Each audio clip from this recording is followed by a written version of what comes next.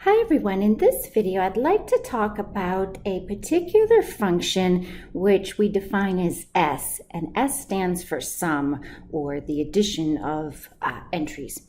So let's take a look here, and there's a lot of notation and a lot of pieces to understand.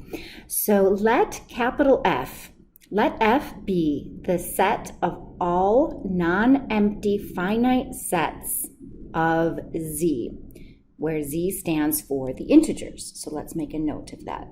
This boldface Z stands for our set of the integers. And as a reminder, the set of integers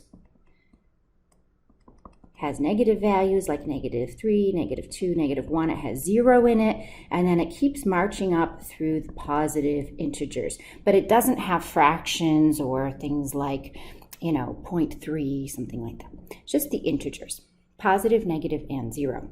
Okay, so let F be the set of all non-empty finite sets of integers. Let S be a function from F to P of Z. So this notation here, with the curly P, this stands for the power set of the integers, and we'll talk about what that means in a minute. So define S to be the function from capital F to the power set of Z by setting S of X to be the sum of values in X. Okay, well, we've made some progress here, but we've got more to decipher. So let's go back to the beginning. Capital F is the set of all non-empty. So, our friend, the empty set here, that is denoted with a 0 with a diagonal through it, or sometimes you'll see the curly brackets with nothing inside. That's not allowed in F. So F has non-empty sets. All the things in F actually have elements in them. All right, so let's get rid of our empty set idea. That's not part of the game here. All right, let's keep going. So let F be the set of all non-empty finite sets. So that means there's like 5 elements in a set or 10 elements in a set. It's not like we have an infinite set, okay? So let's take a look at some examples of things that live in F.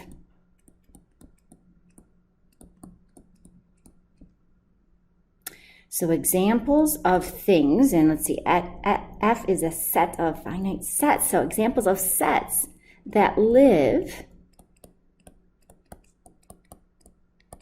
I know that's not very mathematical, but we get the idea.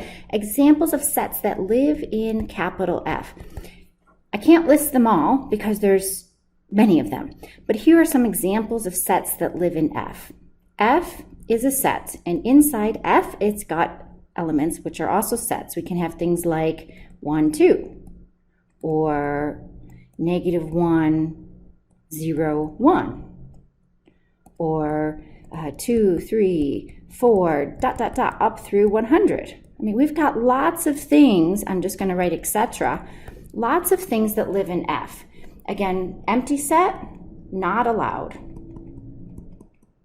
That does not live in F. And we don't have infinite sets, like you can't have the set 2, 4, 6, ... with no ending point on it. That's also not allowed. So these are the naughty ones. They are not going to live in F. All right.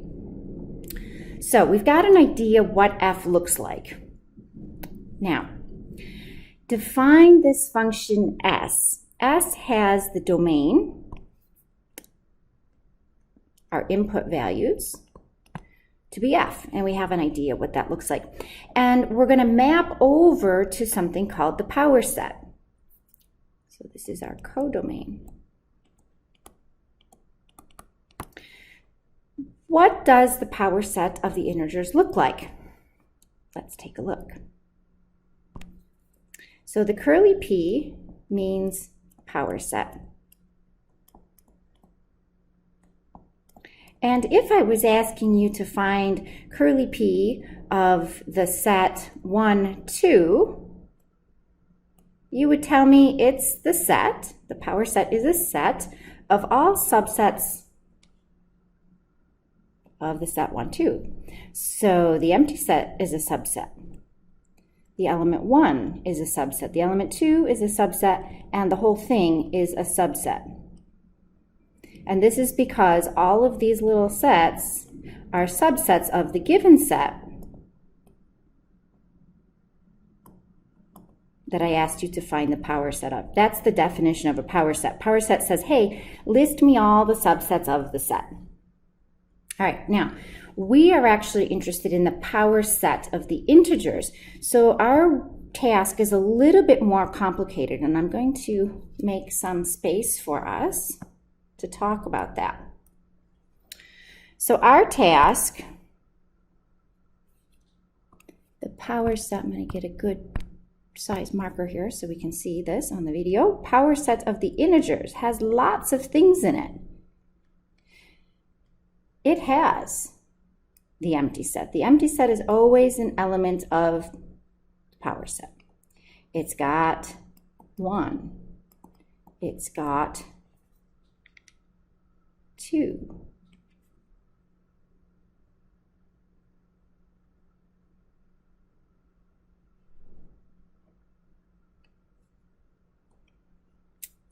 It's got 1, 2, 3. We've got lots of things in here. We've also got our negative values and so forth. So it's the set of all subsets of the integers.